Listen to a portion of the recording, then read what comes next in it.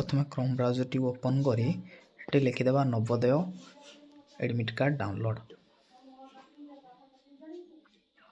बस एमती गोटे फास्ट लिखाई तो नवोदय विद्यालय समिति तापर क्लिक करदे। क्लिक कर सारा ऊपर अच्छी admit card for class VI click करदे। तले लिखाई है click to download admit card. बस तो ये रजिस्ट्रेशन नंबर अच्छी रजिस्ट्रेशन नंबर टाइप कर देकी डेट ऑफ बर्थ ऊपर क्लिक करदे और कैप्चर देकी साइन इन करदे।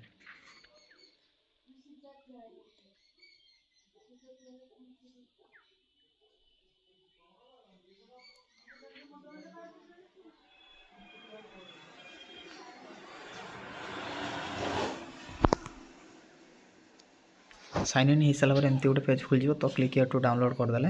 आप एडमिट कार्ड टी डाउनलोड ही आप सामने आसी।